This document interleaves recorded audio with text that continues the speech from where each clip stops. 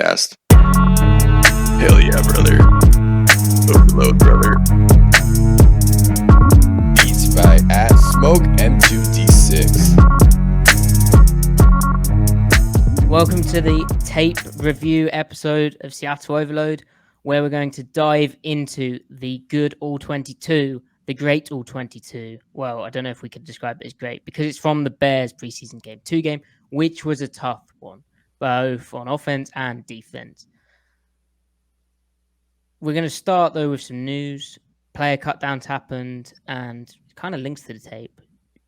Joel Bunaway? E.A. Bunaway. There we go. Bunaway. Iggy got cut, which I think I was quite tired in the last one and upset, and I think I may have said some not very nice things about him, but the front office clearly agreed with basically what I was saying, which was he couldn't line up right. Big free agent signing, well, relatively big, right? Like, I don't know, how much did he get paid? Was it like $4 million? I don't even think it was that. I think it was like $1 million. I think it was like a one year $1 million or 1 year $2 million, something like that. So, okay. Sean Desai guy, obviously, but yeah, just didn't work out. He had an awful game. Didn't know the Sean Desai defense. Yeah, and kept over pursuing on punt, which is a bigger deal because his main role was to be a special teams dude. Yeah, it is crazy to me that he was like basically the third inside guy after Cody Barton and Jordan Brooks. Yeah, that feels like bad roster construction. Yeah, the depth there is not great. It's real bad. I really thought they would have drafted a linebacker this, like, even in the 4th or 5th round, just for depth's sake, even if they weren't targeting the day 2 guys to challenge Cody. But yeah, well, here's a tease.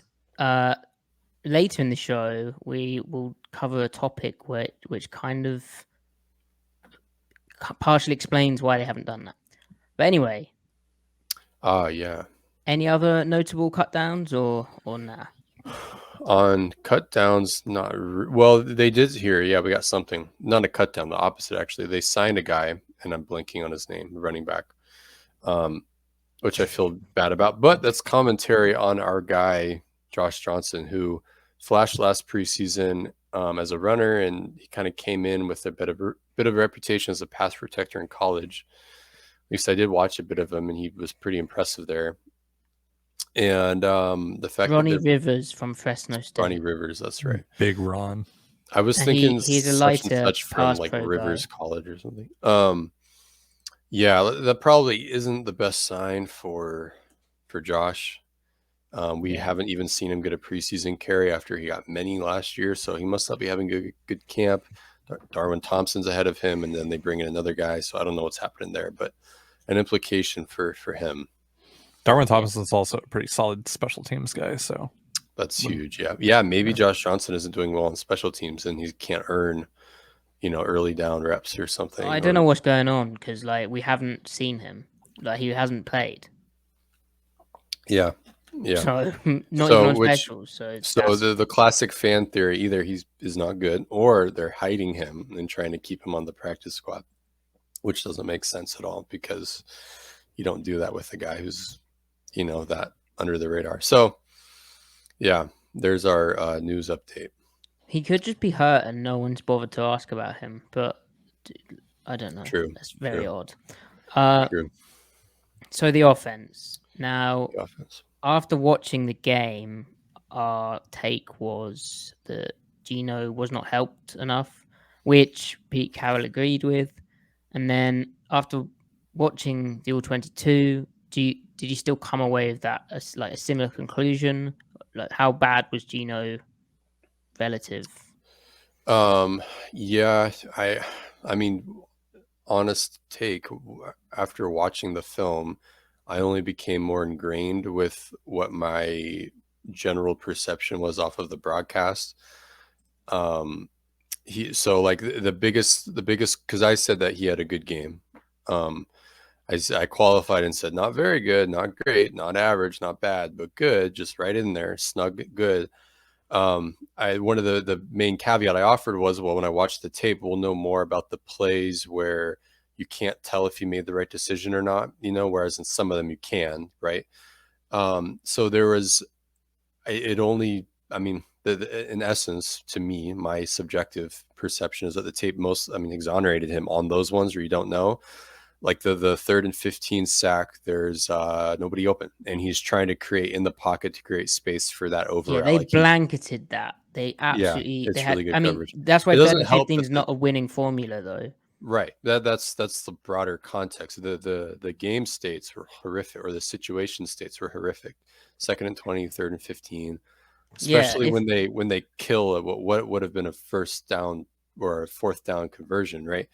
Well, if I quickly go through the situations, Griff, and then if you and Ty as well, if you like sort of bring up stuff you want to dive into deeper, like first drive, and we should definitely talk about this play. Can I cut you off really quick though? Yeah, There's just one. There's one thing where I thought he made a poor decision. Which, spoiler alert, I think he was literally almost perfect in terms of process and decision agreed. making and everything. There was only one thing where you can really get him on, and that was on that boot. Derek Young was not open per se, but he was targetable. And you can tell that Geno was thinking about it. Yep. But I don't know. I think So maybe it was a boot, like a classic flood thing where, like you say, Young's going over the middle, and Geno has him. He has a step on the corner. The corner ain't looking at the ball. He's trying to work back in phase and like bust a gut to get across the field because it's a difficult route to cover. And he did have the step. My thinking is, one, does he trust his arm on the run where that's a lot of upper body torque to make that? He's not fully done his rollout. He had to kind of throw it a bit earlier than he'd have liked. So, which I have a thought there when you're done. Yeah. And then 2, they blitzed into the teeth of that play. And although the nickel, who was the spare man off the edge, unblocked off the edge, although he went inside and played the run fake away, he still redirected and went for Geno afterwards. And I feel Geno obviously is rolling to his right. He knows that nickel's come. He pointed it out pre-snap, I think. And he knows the nickel is somewhere behind him, but he can't see the nickel. He can probably feel him slightly and perhaps, I don't know, hear him. But anyway, he's aware that that's happening. And I think he's worried if I'm going to, am I going to turn the ball over here? Because it's just there's too many. There's like 2 things going on there which are a bit like patchy, not ideal. That being said, you would like him to throw it. The other context is it was early in the drive, so it's like, and early in the game, so it's like why throw the game away immediately? Yeah. That's an important variable. So it's a throw that he definitely can make and has made, and it's a look that he has not turned down in the past from what I've seen. But so when you said he was fairly early in his boot, yeah, he was pretty deep in his boot and he hadn't quietly rolled all the way up yet. And like for boots to work, like you see a lot of failed boots where like the quarterback is ahead of that intermediate route, whether it's a crossing route or like a kind of a sail route, and he's too far ahead of it, and like it would require him to throw across his body. In this case, the timing and the execution, like the choreography of it, and whether that could be on Geno, I mean, it probably is, but he just wasn't deep enough into it, or he was too deep into his boot. He hadn't completely fleshed it out to where you would ideally want to throw the ball from, but where he was, it was still enough to be able to fire it in there. So yeah, if you want to ding him there, but he didn't take a sack. At least, he was able to throw the ball away. But that's the only play where I'm like, he could possibly get a negative mark in terms of decision making. So if I just quickly cycle through, first drive is the play we should definitely talk about. Where he's looking like Tom Brady, basically processing that. The second drive is, unfortunate, tip to the line of scrimmage, great reads, quick and precise. Like, honestly, in this game, I actually thought he looked like that point guard that Pete Carroll wants. He's making really quick decisions. He's reading everything out.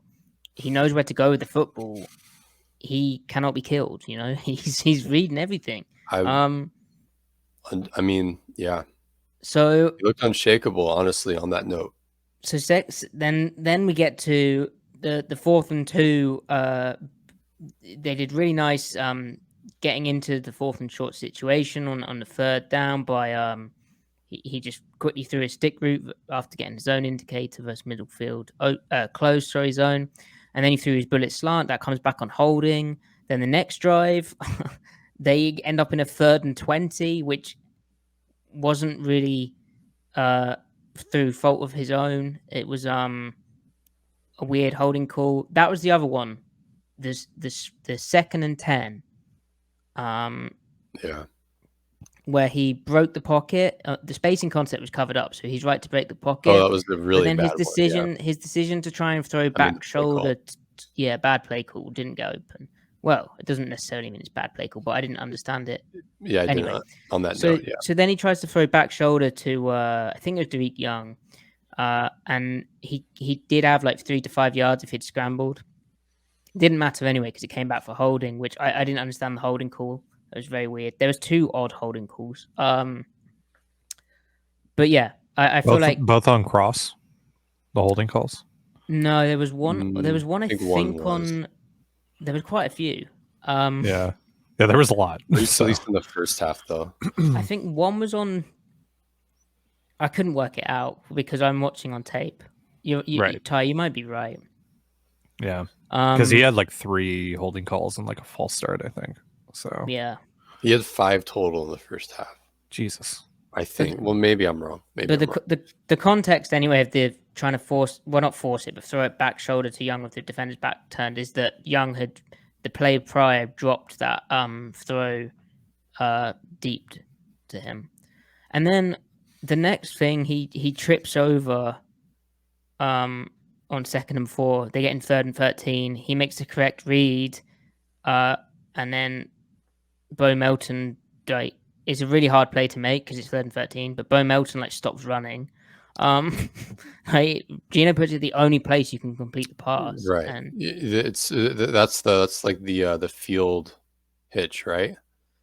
Is that dig, 2nd and 15? It's the dig. It's 3rd. It's the dig wrapping around the. So Melton, I got thoughts there because Melton runs a horrible route. I don't understand it. I don't think he knew what he was doing. Yeah, Melton's a bad route runner. Let's just be real about it. He's had a very bad preseason. Yeah. Do you think he's thinking too much, Ty, or? Well, I think technically he's just not refined. And we saw that a little bit in the Senior Bowl. Obviously, the video of him taking 20 billion steps before he left the line of scrimmage and all that stuff. I don't think from a technical standpoint he's a good route runner right now. And I agree. And we'll get into it, but he also didn't seem to understand the concept either. The way he after he comes out of the break, he purposefully slows himself down like he's expecting the ball in the first window, which then makes it harder for him to clear the linebacker. And Geno, we'll talk about it later, but yeah. And then lastly, they're 3rd and 15 with nothing open, and they got into the 3rd and 15 after a Melton drop where he makes the right reads, and a Dallas drop where he makes a ballsy read into the flat with the curl flat player playing really far off. And then you have a basically nothing drive with 10-15 seconds left. Yeah. So everything was right other than one play. What are we doing here? The only other negative play was he had he threw the one stick behind Penny a little bit.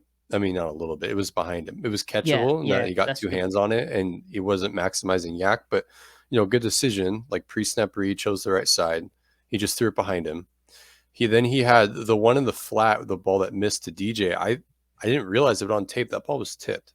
Yeah, that makes sense because it was to the spot where Dallas would have expected the pass, because it wasn't a swing, it was a flat route. So he's turning over his left shoulder, and Geno's putting it on his left shoulder. But now it is of note that Geno has 3 tipped balls in 4 quarters, and I think I honestly think those are just random events, randomness.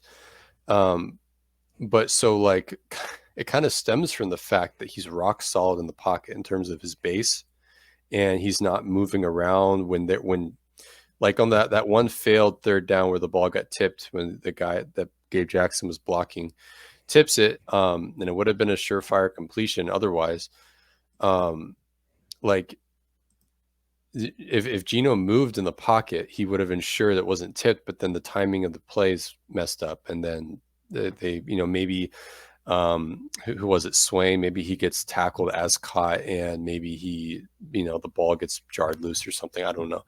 But like I think the common theme here is that he's not moving in the pocket, which is good, but that's setting himself up for having to throw over linemen more frequently. But they just feel like random events.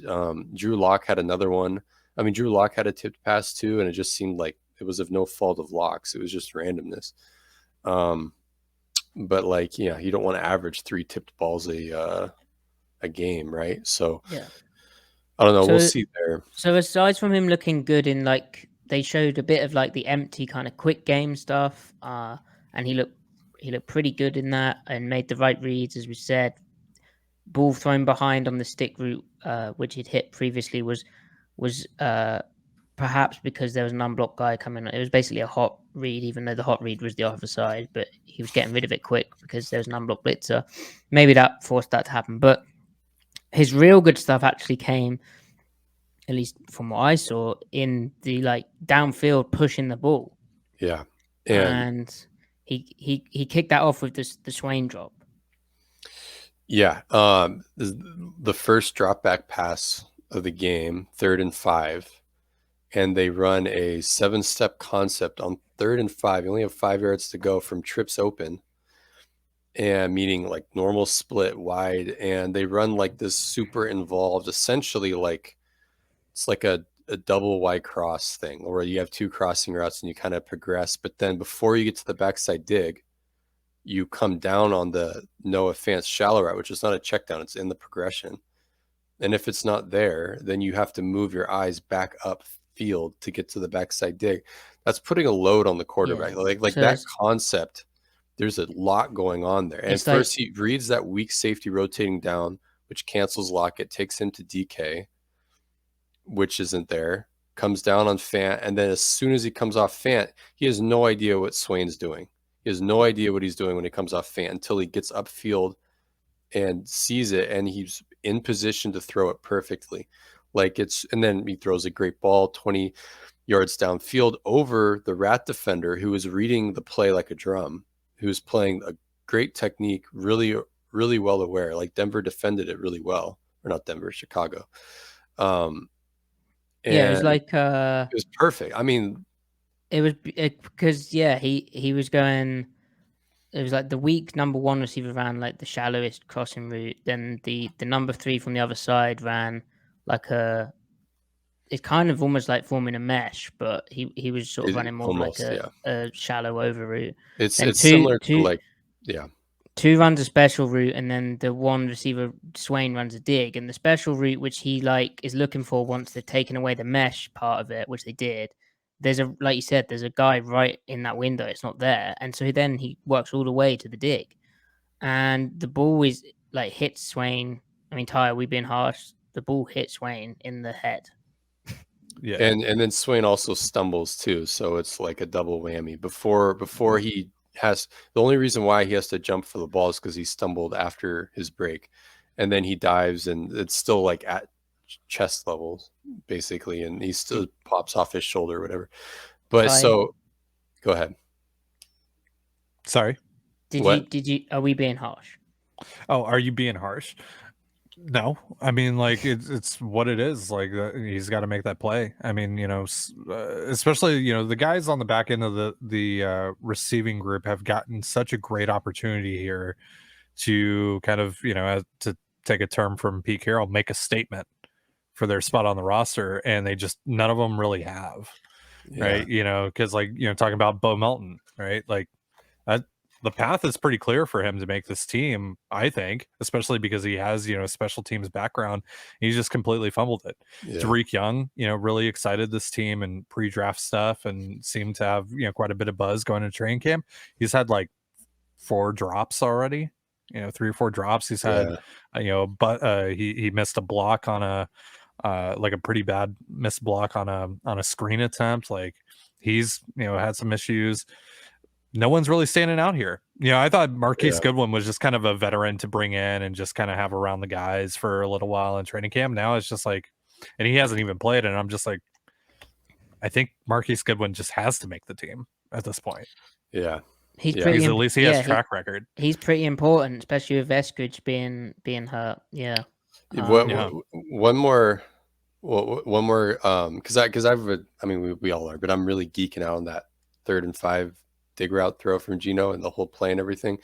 One we should give the dude the offensive line perfect protection. That's name of the game here, that it allows Geno to unlock whatever Geno has to unlock. But this 3rd and 5 play call from Shane Waldron, it's preseason. We have the Jared Goff Rams offense as a schematic frame of reference for what the Seahawks are, not what they will be, but what they're trying to be. Like, you're still trying to be something, right? Sean McVay wasn't calling that play call with Jared Goff, even in 2018. He's not even running it out of that formation. He's not even using that formation that much. That's something Sean McVay is running with Matt Stafford. So now there's a huge range between Jared Goff and Matthew Stafford, and Geno in a perfect world he can fall somewhere in between that. There's a lot of room there. Or he doesn't even exceed Jared Goff, right? But point being is that Shane Waldron's only putting these play calls out there if he thinks Geno is capable of it, right? Or maybe he's just evaluating him and wants to see what he has. But that means they're practicing it. That means they have a bigger 7-step drop back game. They didn't have that with Goff. It was all. And building on your point there, Griff, like he wouldn't have run this with Russell. Like with Russell, this is a similar concept, but it's 3 verts, and with X on the shallow, or it's 2 verts with kind of that high-low. But no dig. There's no dig. Like absolutely, yeah. Now, so what's cool about this is that means Seattle can get vertical in their own way now, and DK doesn't have to be the number 1 receiver, as in the widest guy on the field. You can do different things with him. Because if your wide receiver 3 or 4 is now the number 1 receiver in the formation, you can just have anybody run a dig route, because now Geno Smith might throw that on time. You can get the schemed production. Now Swain ran a good route, and you have to be a good route runner to run a dig route. Yeah. But like Swain is a better dig route runner than DK Metcalf is what I'm getting at here. Dwayne Eskridge maybe even is. Well, I'd say the way I thought about this is, I think really, if the dig is what you're thinking is going to hit, that's Tyler Lockett running that route. Tyler too. But the point is that if you can scheme the windows and you only need so much out of that receiver, then the quarterback will hit the route on time in the progression, and you don't have to rely on guys just winning. Yeah. But we'll see if it, translates now. But like the other main theme of this game, though, when we get to the other plays, is that even though we mentioned quick game is still being dwarfed by the 5-step concepts, the deeper drops. So that's their meat and potatoes now. It's no longer stick. It's no longer snag. It's their drop back game is like a real drop back game on paper. And, results will be what they are. But how has your guys' understanding or impression of Geno's football acumen and his ability changed over the last couple of weeks, if at all? Well, my thing is, and this was pretty ignorant of me, but my thing was and it kind of lends itself to the next big play. I didn't know how much he would push the ball down the field. I thought we'd get a situation where he's, he obviously knows, like, I'm surprised at how quickly he can process things. Like, I knew he was smart, but I didn't realize he was this going to be this locked in. But also, I'm surprised at how he's pushing the ball down the field. So, like, on this play, it was a 3rd and how have I just lost it? But he was throwing basically into the honey hole, and he's calm in the pocket. There's a ballsy throw to make this because there's no constraint on the cloud corner. There's nothing holding the cloud corner because it's 3 verts. The cloud corner should sink off on it. But Geno has the confidence and also the arm, which is another thing which has probably impressed me a bit more than I expected it to. Like to slot it in there, and it's right into the honey hole. Now I don't know why. I need to go back and look at it, but I don't know why the nickel didn't sync with the number 2 and match the 2 receivers seam route, allowing the half safety to then push over the top of the 1 a bit more, because the half safety ended up playing on the number 2 receiver. But Geno read that out as first he had Quarter's backside, so his backside dig wasn't there because it was basically double covered leverage wise, as well as just bodies. But then he read it out as, okay, I'm looking at my 3, they're poaching it. Then I'm looking at my 2, they've got a safety like camping it, and there's a guy not matching it, but there's a guy under it. And then he sees the cloud corner. He's not like sinking, but he's there, and he just throws it, and he has the arm, and it's perfectly placed, and that's the big time throw to I don't know who it was. So one reason why he probably wasn't sinking as much is because league's defenses do not respect field fades when in cover 2. They just don't. It was to the field, the wide side. No one throws it except Geno threw it. And like you're saying, Matt, he let the defender techniques take him to the open route. He doesn't have to look at that route to know that it's open, because he looks at the near safety, goes, oh, that safety's the way he's bailing, how he's playing 2 means 1 has to be open. At worst, like you said, that safety is that cloud corner is bailing underneath it, but it's still his receiver still has top down leverage on it. He threw it outside nice as well. He threw it out so behind and outside. His brain is just like on one, you could say, because that's not the best play call in that situation. Like in terms of like, where's the conflict? There's no conflict for the defense there. Except for maybe you're horizontally stretching that safety, but again, like defenses are fine with horizontally being stretched their field safety when they're in cover 2 to that side, because no one throws the fade field ball, right? But so like it's really good process. But tied for my answer for your question, like, did my view of his acumen change?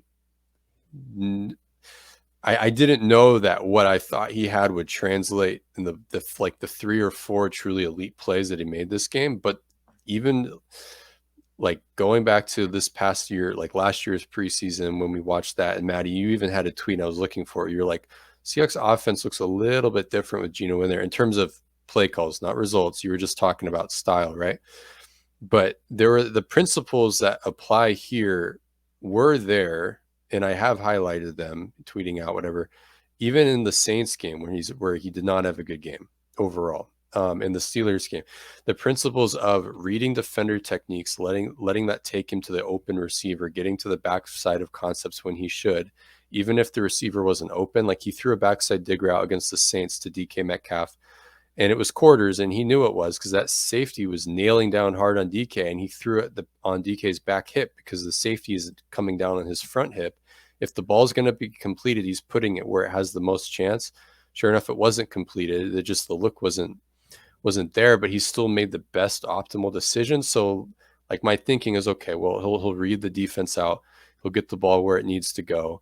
In context, like where it's one-on-one downfield, the Jags game, he has like 4 or 5 throws downfield, perfect placement against one-on-one coverage. And yeah, the Jags suck, but the best part of their defense were their corners. So you combine, you Frankenstein these things together and add them together, and you go, well, let's see how this translates to when they open up the drop back game more. See how it translates with protection when he's throwing to the right guys. We should it doesn't have to be as bad as we think it will. I didn't think we'd see the Bears game the way that we did. Well, it's like the But play after Griff, like after this honey hole throw, he then does another thing which is slightly surprising to me, Ty. Like he has like again, you because he's a coach on the field, and because I was unsure about his ability to push it down the field, he has a beater to the other side for the man coverage he gets faced with. Same kind of rub concept with the slant, but because he gets press up top, he just he and Derek Young has a step. He checks the alert and then throws it to the fade. Perfect placement, just like Griff was talking about against the Jags. Perfect placement versus press coverage. And unfortunately, Derek Young couldn't catch the football. And then the drive stalled because, holding call. One thing I will say about Derek Young, though, is that he looked awesome on that rep all the way up until securing the ball and then the corner. To the ground. He sort of snatched it, tried to catch and tuck, but the tuck was really snatchy, and then the ground knocked it loose along with the corner recovering. But so, like, silver lining, I mean, he's really raw, but, you got to... He has traits. Like, he's a 7th-round pick. If he's contributing on specials, like, next year, maybe he's adding a bit. He's polished some things up a bit. But yeah, you got to catch the ball, man. Like that was a golden opportunity right there to show that he can, have a role as like the 4th, 5th, 6th guy. But that's probably, he'll make the team because specials. But the thing which gave me real point guard vibes as well was the him hitting Dallas in the flat for the explosive, which was just like basic mesh wheel, but the ball comes out so fast. Like the corner when you're playing 3-match, like mesh wheel is a bit difficult if you don't quite get it right, depending on what the receiving set is. But the corner matches the vertical stem of the mesh route and condenses inside, and they don't push with the fast 3 in the underneath spacing, so the wheel's open. But Geno reads that so instantaneous. Fast. Yeah, like the ball's like bang. It's like it looks like more like a flat route rather than a wheel route because of how quick he throws it. So like again, heavy point guard vibes. It's like the basic stuff he's absolutely owned, and like you don't say like, okay, well, you got a man. It's quick game. You got a man beater that side, zone beater that side. He identifies coverage pre-snap, chooses the right side, post snap, and then delivers the ball. Like that's basic stuff, but there's enough reps of him just absolutely owning the basic stuff. And then when you get into the harder stuff that we just talked about, the Swain drop dig route, the Penny Hart ball, and then the Derek Young ball, it's like this is him like way ahead of the defense. He's and then even better, the actual execution of the throw is utterly perfect. So theoretically, these things should combine. And then the protection all game was great. The O-line had a horrible day in the sense of penalties, but the actual blocking part was amazing. Yeah, so I agree. Charles Cross had a tough game, but his pass pro was excellent. And then Curhan is noticeably, if we just deal with this really quickly, Curhan's noticeably less athletic than Abraham Lucas. Like he can't gain as quick, easy depth in his kick slide as Lucas, by the way, his reactive athleticism, like when guys go inside or like they get an inside game going on, his ability to then react and cross back over and come be at balanced is incredible. Like it's easy to forget how athletic he is. Like he's just as athletic as Charles Cross. I don't know how you want to exactly compare it, but he's very similar. Athletic. The only reason he might have more pure power in his body too. Yeah. Oh, he's almost more. Yeah, he's almost more athletic. But anyway, Cross is just so skilled. Like, yeah, and a left tackle. Dude, that block that Cross had on Quinn on the throw to Swain, the one that Swain didn't catch. Yeah, good stuff. Now, so here's another thing though that I want to mention about Geno that relates to the protection. So, like in the Steelers game, remember when Geno got a little antsy in the pocket a couple of times because he was feeling the bull rush, and then Cross ends up anchoring late, but he still anchors. There were about 3 identical rushes against Chicago where Cross, or it might have been Curran on the other side, where they start to get bull rush, they yield a yard or two, but then they hard anchor. And Geno Smith is just rock solid on his platform. It's as though nothing's going on around him, which can be a bad thing when the pocket. But in this case, it was perfect. He wasn't allowing a collapsing pocket to dismantle his process there, reading out the play. And so that to me is, after one game, he has ultimate trust with Cross, because sure enough, Cross and Curhan and Lucas, in another example, they anchored. It was just, they got knocked back a little bit, but then they hard anchor, and Geno is just like dead to the world, at least to the edge rush, which is in that context was a good thing. So it sounds stupid, but like if Geno had a touchdown drive, like, and then Myers, and that's a subject for another day maybe, but like Myers kicks his field goal, like I think Geno gets given the job. Now, there's not much actually for them to gain giving Geno the job after game 2, and I think this competition is bringing the best out of him. Like, I think it is pushing him and creating good circumstances and like forcing him to earn it. And there's loads of cultural positives in the locker room if like guys are like, Geno's clearly won this, like to rally around the guy, Yeah. But I really do think it's a silly comment because it didn't happen, but it wasn't really like it was very close. The one question you have is, can he, and we don't know, and the preseason isn't really the best point for this, but can he, well, he did do his 2-minute drill to end in Pittsburgh. He executed really well in the clutch down there, but can he go and win a game in the fourth quarter? We'll only find that out when he wins a starting job, but that is a question mark. And like, through misfortune, and also through a bit of bad play as well last year in his 3.5 starts, he had 2 moments where he couldn't finish the game, but that was the whole offense as well. But like, so what do you mean exactly by that? Do you mean like putting a team away, making a comeback, like a 2-minute drive type of thing? Is it just everything that encompasses? Well, if we look at it in that sense through like what Pete Carroll expects from the quarterback, he doesn't expect them to be the dude, right? Like he's not putting that much on the plate. Like if it's like a big comeback, I think then the Pete Carroll model, especially for these quarterbacks right now, has failed, right? Like they need to be playing really solid defense. They need to be running the ball well, except they need to be playing great special teams.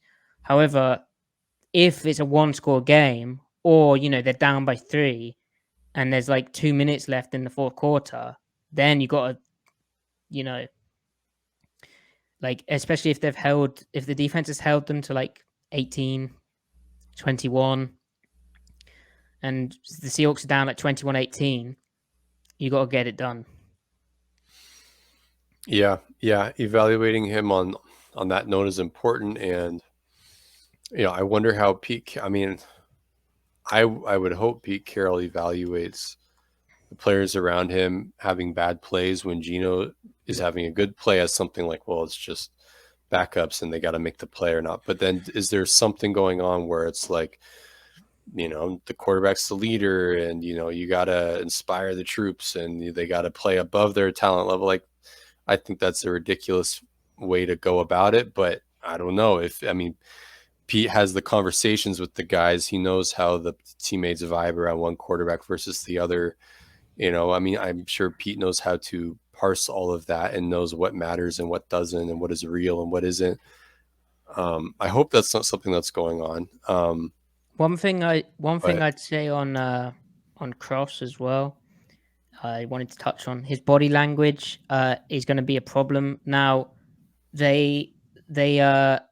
it was crazy. Like Pete Carroll was like, he doesn't even know who Robert Quinn was. Like, and I was quite shocked. I was like, really? They don't treat the preseason as a way to game plan? Like, surely you're not the preseason should be a good way to practice like your routine for the regular season, right? But apparently not. But his body language is like, it's so obvious if he's run blocking because he's staring at like a middle linebacker rather than at the edge. Like he is really obvious what he's going to be doing. Yeah. And so like, if he's doing that like week 2, like NFL first string edge rushers, NFL linebackers, everyone's going to know. So he needs to like, and I'm sure he will like, but he needs to sort of brush that up pretty quick. Yeah. Yeah. Now, I will say that principle, though, is a lot less harmful now than it would have been last year because teams already know that when they're in under center, it's either outside zone or play action. Whereas in Yeah, it's gun, they know you, that they're passing the ball no you matter what. if you want to be a front side edge and cheat that he's making a kick out block on wide zone towards him. Well, good for you because it looks the exact same if they're booting. Like it looks the exact Yeah. same, other than he Yeah. won't get downfield afterwards. But his aiming point and track is the exact same. So Yeah. yeah, Yeah. okay. Um, Real defense, Griffin. defense. Well, do you want to lead off with that? Because Well, do you want to get into scheme or just kind of want to talk players? well, if you okay, I'll just say I think their ways of fitting the run from too high are pretty cool. They spiked the end into the B gap to spill the ball to the nickel, like kind of like Jimmy Pony, kind of like Pirate, but it's only the end, and he's clearly like purposefully going inside. Um, it was awesome seeing like actual cloud force when the offensive formation required it or allowed for it to happen from two back. They're doing some quite clever things, and this is only the preseason, so it's going to be Right. very cool to see that continue. It's and like you said, preseason, but it's cool seeing how you kind of see the general beats, the complementary calls when they're in their base zone, 4 down and base zone, tight or bare, 3-4, but then they have their base calls, but then they have their complementary or maybe supplementary fire zones, but they're fire zoning as in rushing 5, playing zone behind it, or playing man pressure, but they're doing it for different reasons when they're in 4 down versus when they're in odd spacing. Right, like the play where Josh Jones knocked over a tight end, that was awesome because it's like why do you do that versus 11 personnel into the tight end? Well, you do that because you're in over, right? And you change up the angles by basically what happens is it's an under blitz basically. They slant the 3 technique from strong to weak. They slant the 2-eye from into a 3 technique, so that's under spacing. And then Right. to complement that, the defensive end goes inside of the tight end as though he's like a 5 technique, right? Like in under. Yeah. And then down comes Josh Jones as the Sam kind of, he's like the force player in the D gap, and it's like under spacing, which And like you said, force players. So like when they're in 4 down, I feel like they're fire zoning to make themselves more sound for the run. yes, And then when they're in bear and they're fire zoning, they're doing it to stay spicy against up front against the pass. They want force them to respect that all 5 can come, right. and Because then also to punish getting, if you're going to play man on man protection, if we're not sending all the 5 guys down the line of scrimmage, punish the pass pro call from a different blitzer. there are an inherent advantages and disadvantages when they live in each world, and then the supplementary calls are there to kind of smooth out those inherent problems that you're putting on yourself. But then the whole point is, don't become too supplementary because or complementary, because then you lose sight of what your base stuff is. Then you're throwing the baby out with the bathwater. And there is a danger of like, because you need your. there's so much they're trying to spin a lot of plates defensively, and there is a danger that they lose track of their base. But we'll see. They are playing though so much 4-2-5 nickel and so much too high, and we see how they weave in and out of single high and stuff for different reasons. But they're playing so much that they are they are clearly trying to make this work, where they can defend the run in the 4-down front and stay in too high, so that their pass rush, because they already know teams aren't going to get explosive on them. They're not worried about that, and they're pretty darn confident teams aren't going to work them over the middle and the intermediate either. What they're worried about is, can we defend all 3 levels? And the easiest way to do that, just in any blase base zone call, is have good coverage and good pass rush, because then the checkdowns don't go for as much. That's literally the main problem. So then you go, well, play a 4 down front, great. But then what if you start getting sliced up in the run, and then all of a sudden the average run is approaching like that average check down game, or what a check down should be, and then you've got a problem there too. Like Sean Desai, literally his run defense was so poor sometimes against under center. They were just getting, the ball was just being rammed down their throats when they did that, because he didn't have, and that's in Chicago, because he didn't have the personnel. Al Woods, Mona, Puna, Ford, you have the personnel to do that in the interior now. But all that other complementary fitters, like you said, Maddie, what are you doing at the end? How are you dealing with the B gap bubble when it's there? Are you spiking that end? Are you getting the nickel involved, et cetera? So, yeah, we'll see how it. So, and then just going back to the base, like bear kind of stuff, their base call of tight will 6. So that's just a bear front with the weak side outside linebacker rushing, and then you're playing cover 6. So that's cautious to the strength. And they played that to 21 in this game.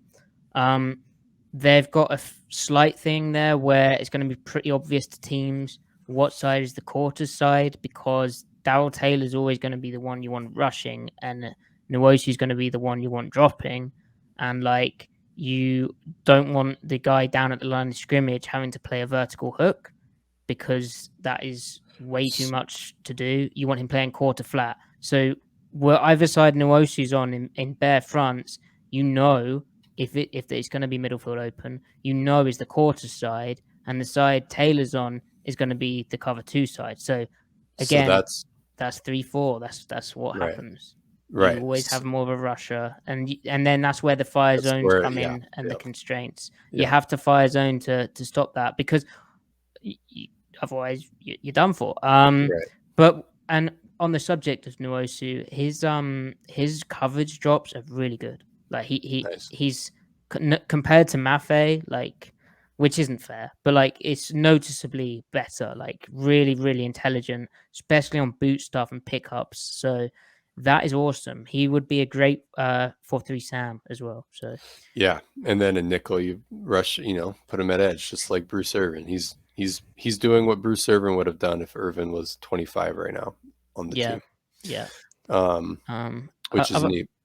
Other scheme thing I had to bring up was even for the preseason, their coverage disguise and layering is really cool. So they show press on one side and off on the other, and they're playing cover 3. But like the way that looks is like it's stuff pack, quarters to one side, cover 2 to the other. And the safeties also, their location, even if they're playing cover 1, the way that they stick outside of the hash as though they're playing middle field open is very cool. The contours of the defense are very much disguised to layer up each coverage call, which at this stage is even for the preseason, that's pretty impressive. And that's all I had for scheme stuff. I've got a few like players to rattle off, but Ty, Griff, anything else? Ty, did you have? Yeah, no, I'm really interested to see how the cornerback situation plays out here, because obviously we haven't seen Artie and we haven't seen Sydney, and there's now and I want to ask you how he fared or what you saw from him. It kind of seems like there's some momentum gaining here for Tariq Woolen to start week 1. So, do you think he's that advanced? Because I don't think so. Yeah.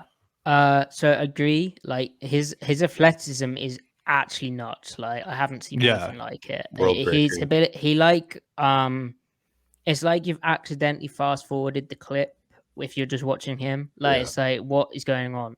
And then all these other players are like in treacle compared to him. He's just playing a different game. However, his technique and like his exposure to stuff is so raw, and not enough reps, like I don't know how. Did you see like an improvement from Pittsburgh to Chicago? Because it was only 5 days. Not really. Yeah. And it's more like, it's not just technique. It's like understanding that like, well, the receivers run the route like this, so it's this route. Like I need to move into this position. Like you can't. I don't know how you deal with that other than with exposure. But then but then the problem is, if you get beat a few times, then does the confidence get destroyed? Do the Seahawks have the patience? It's going to be really interesting because, I don't see, like, he has a flaw from his athleticism, his length.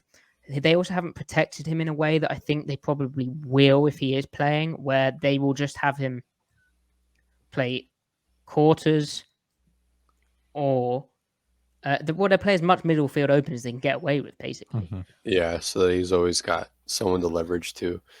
But because I think that's so like strange that we're kind of talking about this in week one. Like, I agree, the athleticism is ridiculous, but I just feel like he needs more time to just grow as an NFL player. Yeah. And it might even merit, Mike Jackson's playing so well that if you need to, if Artie or Sid, one of the two, isn't full go for week one, then I mean Mike's got to. Well, he's the guy. Pete Carroll said he's had like the most impressive camp, and now he's getting talked up. Like, so, and I like him. Like, he is he's good. He's aware. He's got really good movement skills. His tackle as the Cloud Force was really big, dropping the back for like 2 yards. Like just he's he's able to throttle down to comebacks well. Tiny bit like, I think he could get picked on, come like covering actual like first string receivers, but at the same time, again, they'll use a lot of middle field open to protect him and the disguise. But he seems switched on, and Carroll talking him up is big. Yeah.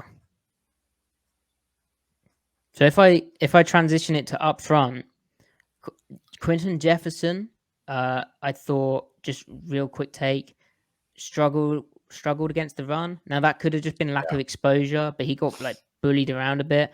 He also won't necessarily be the guy that they're asking to do that sort of stuff. Like, really, he's kind of the 3-tech pass rush specialist. Yeah, he really is. Yeah.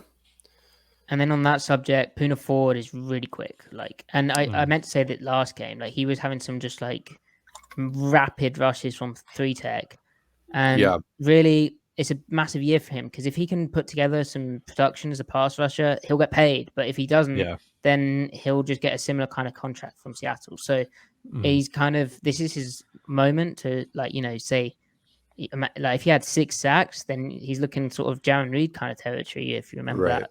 Although Reed had a few more than that, but yeah. Right. So overall, the guys that are going to be playing hundreds of snaps this year in preseason have looked just fine for the most part. Like the guys that have played bad, and it can't be understated how poor they've been, and they are still depth, and you want your depth to be serviceable. Outside of Josh Jones and the, I guess the rookie corners just showing anything is good, right? They've all been very bad. But the upshot of it is that they're not going to be playing, and if they are playing, your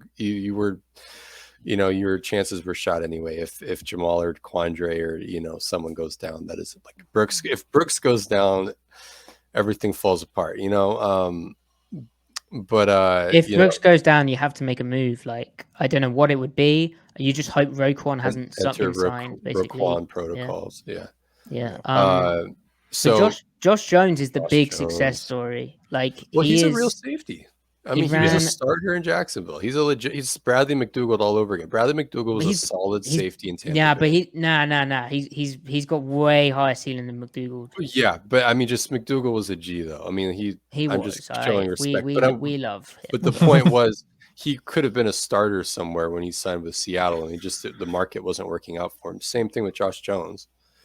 Josh Jones could start for some bum team right now. He ran a 4.41 40 at 220 pounds, like at the combine. Like, he can fly, and his movement shows up. Like, he's beat Blair to the job, but also with Ryan Neal hurt, I have it on good authority as teased that Jones they're gonna regularly run a thing where there's technically 5 DBs on the field, but it's the 5 DBs are Josh Jones, then two outside cornerbacks, which is to be decided. Jamal Adams and Conjay Diggs. And Conjay Diggs is kind of like your adjuster for slots. Like he can play a bit of like almost like nickel in the slot. Josh Jones is your like do-it-all safety. And Adams is more in the box next to Brooks, kind of like a linebacker. So with a bare front up front. Now, but the combinations of who is where, we're also going to see Adams in the slot, right? What did you think? Where he's also it depends if it's a tight end or if it's a slot. But if it's tight end, then it would suit. If it is a slot, though, what if he's playing the vertical hook in half quarter? I feel like that suits him really well because his zone eyes are honestly pretty darn good. He can carry the route to a point and then he can zone off and roam like Ugo would. The thing which has impressed me with Jones actually was his ability, not just in like deep zones, but also his ability like coming down to a tight end and playing Ripley's match where he's matching that guy outside or vertical. He's tight on the route and looking to undercut it, and he can run. Like he's so fast and very good feet. Like big time thing. Because like he was decent last year filling in, but obviously it was kind of a sort of just don't die situation. Like just don't mess up. But now he's sort of strung it together, got his head in this new playbook, and been with the team throughout the offseason. Like he looks really, really good. And that defensive potential of that package that I spoke about is you have better pass coverage than you would in base, but you also have like a lot of coverage options and then a lot of blitzing options, but your run D should still be able to hold up. Like there's a lot of, like Griffin said, there's a lot of pieces which can move around in that. And like cool. the main difference, the contrast with Nickel Bear last year, which you wrote about, Maddie, they called it Falcon, is you don't have a KJ Wright-esque skill set as your second outside linebacker. For pass rush purposes, that's huge. Now you can keep Nwosu and Taylor out there in Bear, in Nickel, or tight front. So that's big. Yeah. So Cowboys preview.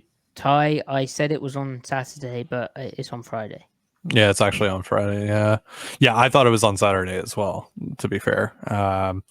3 different days for the preseason games. We had a Thursday game, we had a Saturday game, now we have a Friday game. Fun.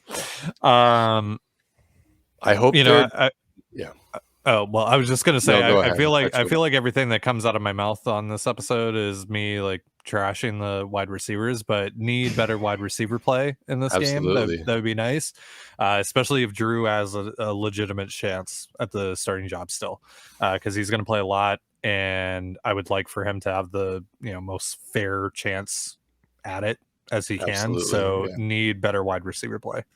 Yeah, because it doesn't sound like he's going to get many reps with the ones. The receivers they got, and for themselves, for their own sake, that they really need to put forth a performance, because drops don't just suck because they dropped the ball. That means you can't sustain the drive, obviously, because even if they drop the ball, you can say, well, the quarterback made a great play. Yeah. But then the quarterback doesn't get more reps to show what he can do for the full course of a drive. So, and then also, I hope I would like to see. I hope their ones up front play as much as they do, so that we can see them against Seattle's first string offensive line, because that'll be the real test. I mean, they got bodies there. So yeah.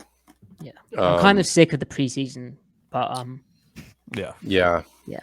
Oh, I'm so over it. I just want to get into games. We crave it right before it happens, and once it happens, we're like, I think the problem is that there's been like no fun depth piece really. Like, I mean, we like Miles Adams. He's going to be battling with Collier, who's I think back this week. But other than that, and then Josh Jones we mentioned, and as depth goes, Woolen is still awesome though, and Kobe Bryant. Although Kobe might be starting over Coleman in nickel for all we know. Kobe had some very impressive cover 3 match reps where he's like throttling down. Like one of the hardest routes to cover in that kind of deal is one, the climbing over route because you have a certain point to cut that off because you're not going to beat it across the field. You're basically playing man with outside leverage. You have to cut it off, and he did that. And then he had another difficult route to cover in that situation where the slot receiver ran a hitch, so he ran down the field and then turned back. And by that point, if he's sold vertical properly, you are, opened up and you give it up. It's a beater. But he managed to throttle down with that and was very tight to it. Now, the quarterback didn't know that way, but if he did, he'd have been right there to contest it. And so he's just a gamer. He really is. That's what Pete Carroll described him as. So, hog. Yep. All right. That concludes give us a bold prediction. Podcast. Give us a bold prediction.